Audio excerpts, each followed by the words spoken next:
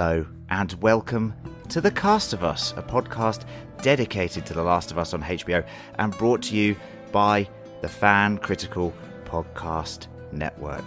Now, dear listeners, I cannot begin to tell you how happy I am. Are you? Very, yeah, Okay. That was happy, yeah. Right. That this day is finally here. Today is essentially Outbreak Day, as The Last of Us has finally had its series premiere. Yes. You say happy. You seem edgy. Oh, You seem I nervous. tell you, well, you know, it's been a long time coming for us, Gareth, and for that reason, I'm gonna pop open a bottle of our favourite whiskey. Oh yes, please. What have we got?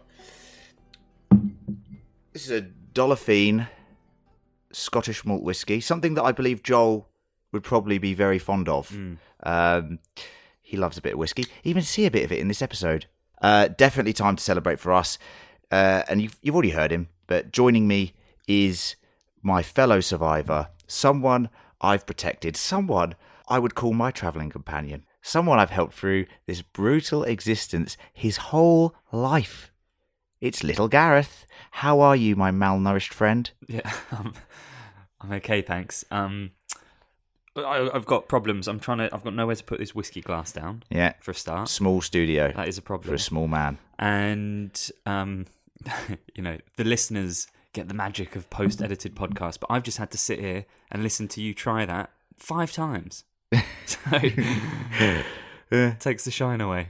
But I'm well. How are you? Very good, Gareth. Very good. Hot. It's bloody hot here. That's what I will say. And what I will also say is each and every week, soon after the episode airs, myself and Gareth will be here to give you our initial thoughts and hot takes on that episode. Then, a few days later, we will be joined by fellow survivor John to actually score the episode on our blueberry scale and then deep dive into the episode with a scene-by-scene breakdown, whilst of course uncovering all its delicious Easter eggs and references to the game in our patented Clicker Corner.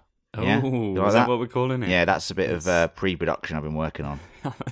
Clicker Corner, very good. Because the Cast of Us, that's fantastic a name as it is. Brilliant. Best name. It's not original, is it? Well, I will say, dear listener, we feel that we've been robbed. We'll talk about this in the deep dive, but let's just say, if you look at upload times, we were the first podcast called The Cast of Us, yeah? Correct. And they've all seen it and gone, great idea. I mean, it's not that original, to be honest. John thinks he's some sort of genius, but it is what it is. We are the OG Cast of Us podcast, okay? So The only ones with Clicker Corner. That's true. Probably. That is very... Well, if they've taken that as well, Gareth, I don't know. We'll change to Cordyceps Corner. How does that sound? Awful. Not as much of a ring. No, I'm not going there. We'll get on to that in a minute.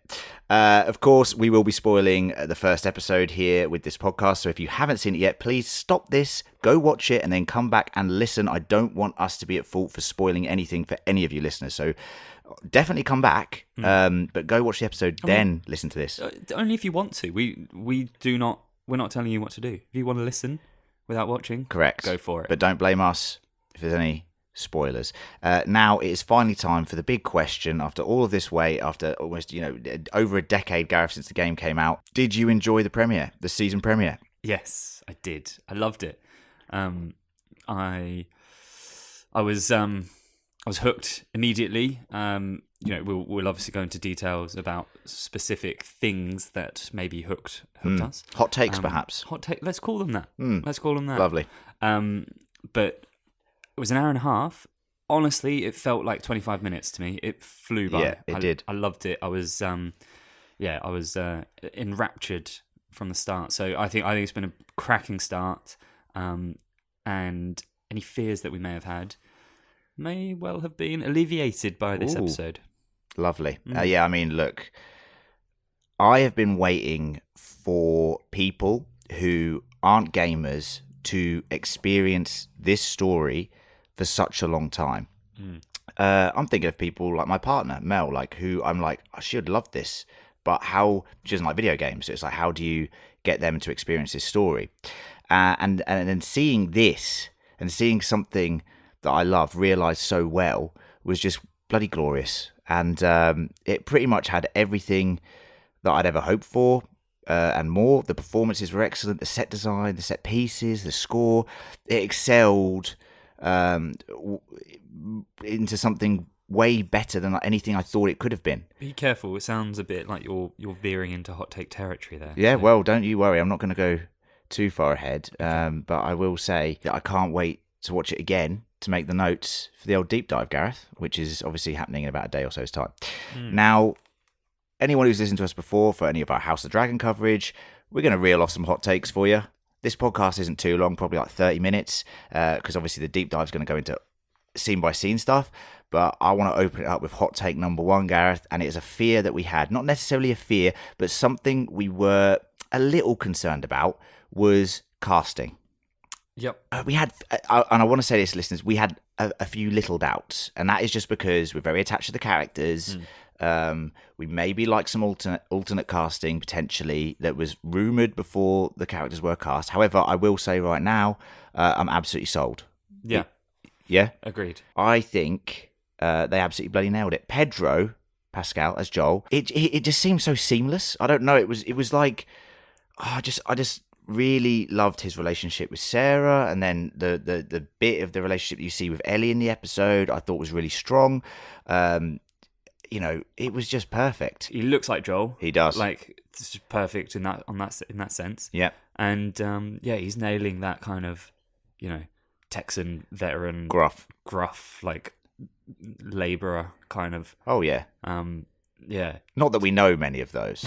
Obviously, being British and living in Australia. In Australia, we get lots of gruff labourers, actually. But that is true, but they don't sound as good as Joel does. No, he's he's got him down pat, as they say here. Ooh. Actually, that is a little Australian. That is a saying. Got him down pat. Yeah. Means he's nailed it. Nailed it, mate. And I will say that right now, I thought that Bella Ramsey. And we had a few reservations because we were like, we loved her in Game of Thrones, and we wanted to see if she could, be the Ellie that we wanted. Yeah. And already from the few scenes that she's been in, I'm not even questioning it. I'm going to roll with it, and I think it's great. I'll say when she first appeared on screen, I think maybe our reservations are about just appearance. She kind of... You reckon? She just looks... I don't know, a little. Well, not bit, the Ellie that we expect. She's not quite. When you look at her, she's got like quite a sweet face, I think, and endearing. And it's not that Ellie isn't an endearing character.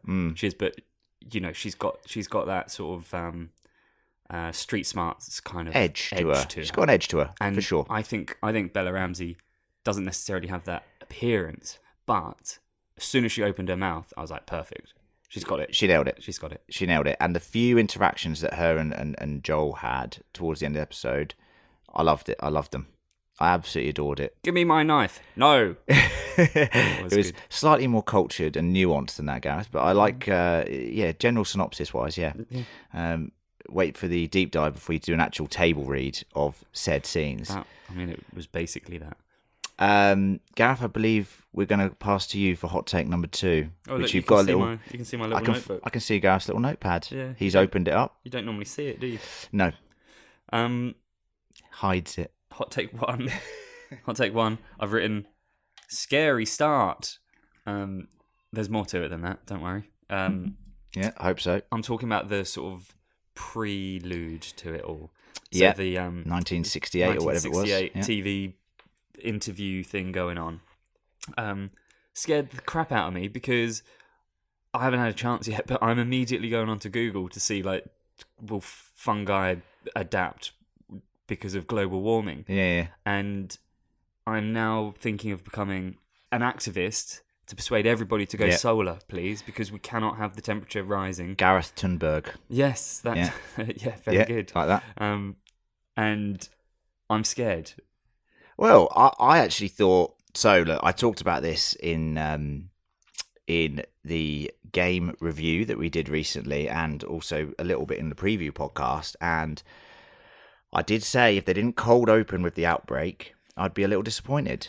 However, I will talk about the outbreak in a minute, but I actually think that giving a bit of contextual nature to the virus is important. I think the rest of the episode doesn't shove it in your face. It's kind of like they're not giving you exposition every 5 seconds. It's just the world they live in, which I really loved, and we'll talk about that in a bit as well. I actually quite like this opening. Yeah. Some people might not. I'll be fascinated to hear what John thinks about it.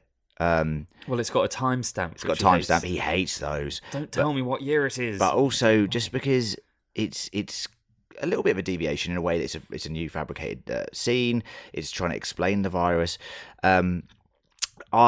I think I liked it, and it did feel very 1960s and stuff like that. It did. What I mean? How good was the presenter? He was great. And he's like, where do you get LSD from? Yeah. Where do you get LSD from? It was quite funny. And he kept clicking his little pen, which, little clicker. Yeah, that's right, Gareth. Very good. So good one. Good one. Now let's talk about, I think, the biggest set piece of the episode, and something that I've been waiting, so long to see visualized from the first time I played the game, and that is the opening of the game and essentially Outbreak Day. Of course, I said that in the preview pods that the opening's arguably the best opening to a game that I've ever played, right? And what they did here, which I thought was quite clever, is they made it longer. They gave Sarah some more time. So you could connect with the character more, because you just have those first few scenes in the game, and here they give you the day, as it happens, and she goes to school and she goes to this other house, and the tension was sort of slowly ramping up throughout about this was a whole 20-minute segment of the episode, maybe half an hour, and it was slowly ratcheting up, and I felt it really benefited from that. Yeah. But when it did all kick off, Gareth, I love that they kept certain elements from the game. So they had that amazing camera angle from the back of the car, the POV of Sarah, when they're driving and you see the burning house and the chaos. That, to me, made it so much more intense. It felt like when I was playing the game, like you are just this bystander watching all this chaos go on around you. And you've got Joel and Tommy's dialogue, which I felt was fantastic. You've got Nana, bloody Nana, Gareth. Yeah. Terrifying. How old, terrifying is she? Old, zombies are the worst, aren't they? Old zombies. The scary bit was when she was in the chair behind them, sort of out of focus. It was very Ari Aster-esque. Yeah, good call. Sort of very horror vibes. Just needed her head to rotate fully. I really liked it, and there's been a lot of talk in the and we'll get into this in the deep dive, but how they've got rid of the fact that the disease is spread via spores and now is spread via these tendrils. As civilization comes crashing down around us, it can get hard to fall asleep. I know that after a few of those House of Dragon episodes this season, it was definitely difficult to fall asleep, and I'm sure that's the same for you, dear listener. Well, writer and director Adam McKay isn't afraid to admit that adults need bedtime stories too. Join Adam McKay and friends for improvised, meandering tales meant to lull you to sleep. Stories of wayward polka dots, martial arts in mysterious platinum suits, and the terrifying panic of grabbing free stuff. And don't miss sleepy tales from guests like Sarah Silverman, Cole Escola, and Michaela Watkins. Listen to Bedtime Stories with Adam McKay on Apple Podcasts or wherever you get your podcasts. That's Bedtime Stories with Adam McKay. Sip on the go with a Starbucks iced shaken espresso. Our signature roast, shaken with ice, then finished with a splash of milk. Customize it to match your style on the Starbucks app. Make today a good day. What if everything you got came with a little bit of money? Spicy chicken ramen with a side of quarters, a full tank of gas, and a $5 bill, an entire pantry's worth of groceries, and a pocket full of cash. Well, then you'd be living life on the upside. The first platform that gives you real cash back in real life wherever you roll. Restaurants, grocery stores, gas stations, all cashback opportunities. So order the expensive appetizer, buy a little extra at the store, fill your gas tank till the pump stops. Because with Upside, you can. Start earning cash back just for doing you. Download the free Upside app and use promo code SPICY for an extra $10 cash back on your first purchase of $10 or more. That's promo code SPICY. Promo code SPICY. SPICY for an extra $10 on the free Upside app. Start living life on the upside with the free Upside app. Yeah. And you can see the tendrils like coming out of her mouth, kind of like something I've seen out of Blade 2, which is a very weird reference. And I'm interested to see how that plays into the rest of the series. I did think it was quite a visceral viewing experience when you see these like infected like tendriling the other people. It was interesting. It was a bit different, obviously. Not that it's bad different, but I'm interested to see how that affects the show as we go through the episodes. It is interesting. Like, that's a deliberate choice. And you do wonder why. But I think it's because using gas masks all the time through like sections takes away the capacity for the actors to actually act. Do you see what I mean? And maybe is it easier from an effects 100% perspective as well? Like, I think they'd save a fortune doing it this way personally. But yeah, they'll know more than we do, of course. I mean, it's interesting that the whole thing is basically from Sarah's point of view the whole day.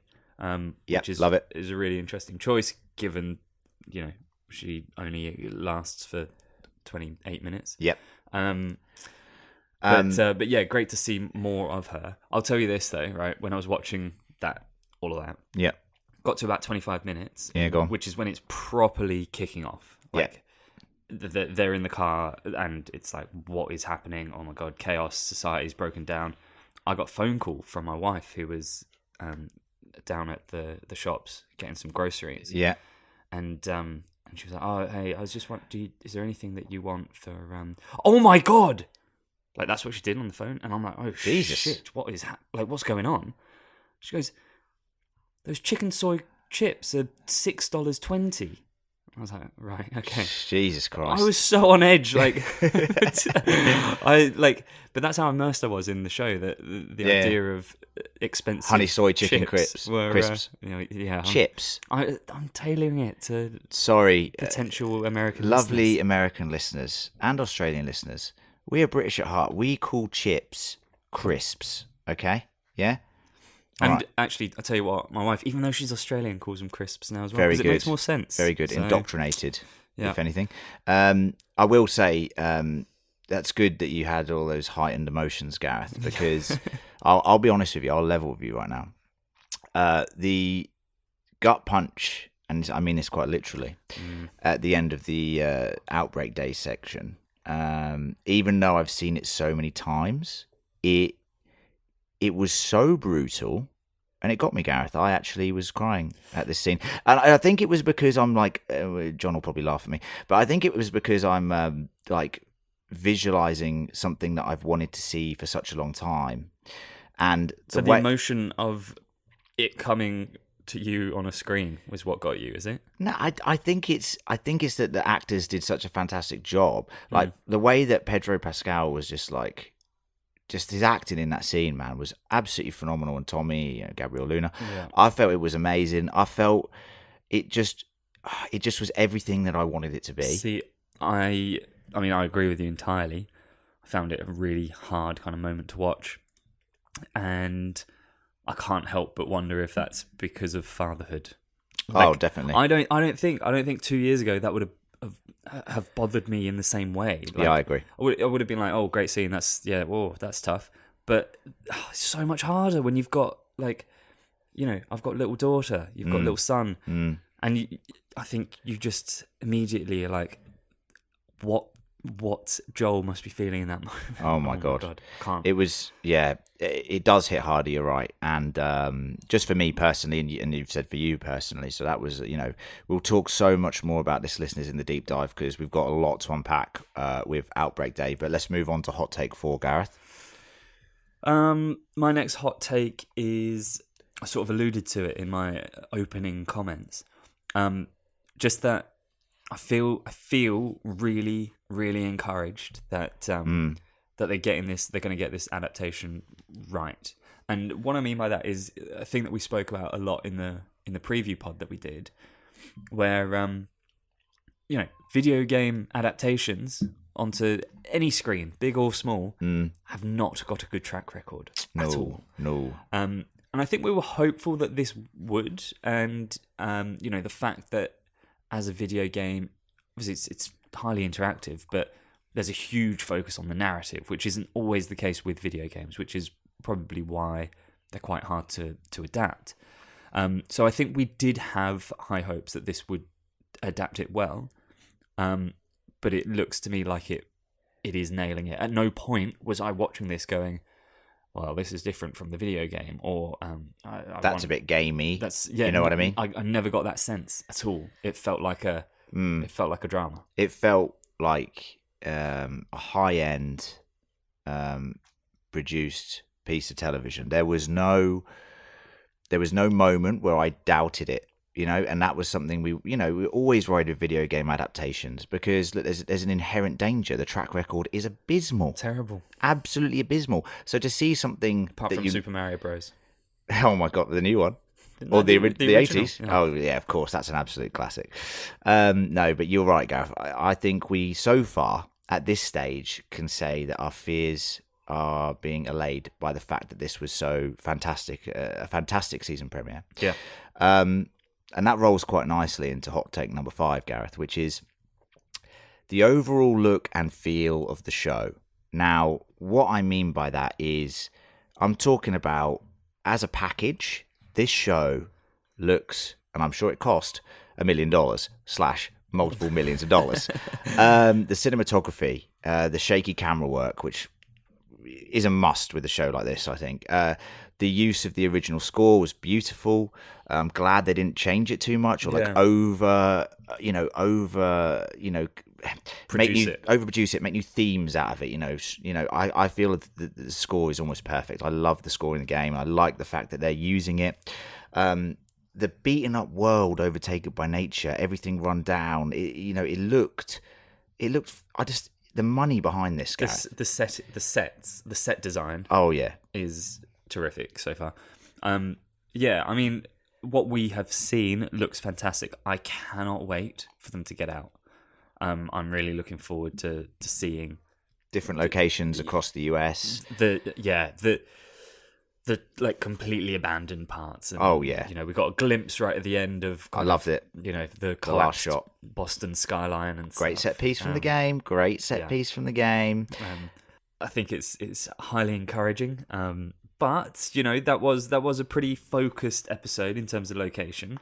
Yes. So there's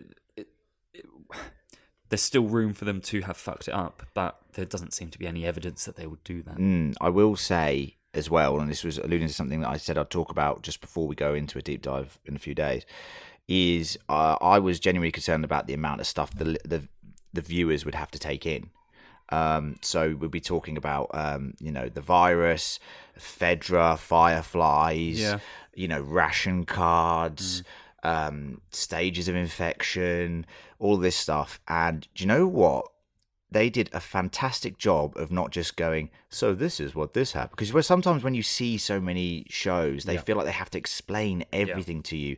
This was done through little lines here or there. It was done through environmental storytelling, which is something the game does very well. It didn't lay it on too thick and didn't shove it in the audience's face, so that newcomers to the world of The Last of Us aren't now sat there like, what the hell just happened? Yeah. I feel like a lot of that washed over you, and it'll be fully fleshed out as the series goes on, but it was lovely not to have it like thrust in your face as like, hey, so cordyceps infection, there's different stages, and that was interesting, but it was shown in a poster, and that was it. Yeah, that's great. And there's elements like that I thought they did a fantastic job. And some of the dialogue, like when Ellie sort of when she refers to the Fireflies as a terrorist organization. Yeah, that's right. And it's like, and then Marlene's like, terrorists? Yeah. Like, why are you calling it? Like, so it's obvious that, Fireflies see themselves as liberators, freedom fighters. Yeah. But then the kind of the narrative that's peddled throughout is that they're terrorists. And you get that without somebody sitting there being like, when the Fireflies were established in 2007. Like, it was nice to have that. There was also like a lot of graffiti on the wall, obviously, which with the Fireflies like sort of motto, which is when you're lost in the darkness, look for the light. And I loved it. when the guy came and spoke to Joel, and he's just like, if you fucking say look for the light, I'm going to punch your fucking face in, mate. Yeah. That was just great, because that was kind of like what I was thinking. I was like, if I see that graffiti one more time, do you know what I mean? It was nice. I think that was well signposted. But yeah, that's basically our thoughts. The end shot of them as the 80s music comes on, subverting the trailer, which was Take On Me. They've obviously just inserted that for the trailer, and now they're using a completely different track. It was Depeche Mode. I was going to ask you, which was a great choice. Yeah. Obviously very 80s. Yeah. What would you pick as your Take On Me, essential 80s tune? Toto Africa. Nice. Nice. Yeah, very good. I reckon for me though, Tears for Fears, Head Over Heels. Tune. Dun, dun, dun, dun, dun, That is dun, awesome. dun. We'll ask John this on the deep dive, because I think he will have a fantastic choice. But that is it for our initial thoughts of the series premiere of The Last of Us. Of course, as I've said, we'll be back in just over a day from now to have our deep dive episode with our fellow survivor John, with a scene-by-scene breakdown and Clicker Corner. You heard it here first on the one and only Cast of Us, detailing all the adapted game moments and their Easter eggs. If people would be so kind as to subscribe, share, and spread the word of this podcast, that would be amazing. Like a fungi. Like a fungal infection, in a way. Let this podcast take over your brain and then infect others so that they all listen to this podcast. And this is the best one around, because it is, in a way. If people want to go even further and join our Patreon, then go to patreon.com/fancritical. That's patreon.com/fancritical, where you can get access to bonus content and help us out financially with delicious monies. And face it, now that the Outbreak days happened, money's useless. So you may as well just give it to us. Give it, in a way. Give it away. For free. Doesn't mean anything. And of course, actually, before we do our deep dive record, you have time to email us. You can email us at fancriticalpodcast@gmail.com with your thoughts on the series premiere, your thoughts on what we might have missed, your thoughts on what you want us to talk about. And if you get it in time, we'll be able to talk about it in the podcast. So that's fancriticalpodcast@gmail.com. Hit us up on the socials as well. What are we? At fancriticalpod on Twitter, fan_critical on Instagram, and we are just fancritical on Facebook. All of those things that I've just read, all that shit, will just be in the show notes. Yeah, so don't worry about that. Now, Gareth, my malnourished little friend. Going on about that. Yeah. Let's go on a supply run and find more rations for the rest of the groups. Please. John likes all the rations. He eats them all. Not the bloody honey soy crisps. They're too expensive. $6.20. That is mental, to be fair. In the meantime, dear listener, remember, endure and survive.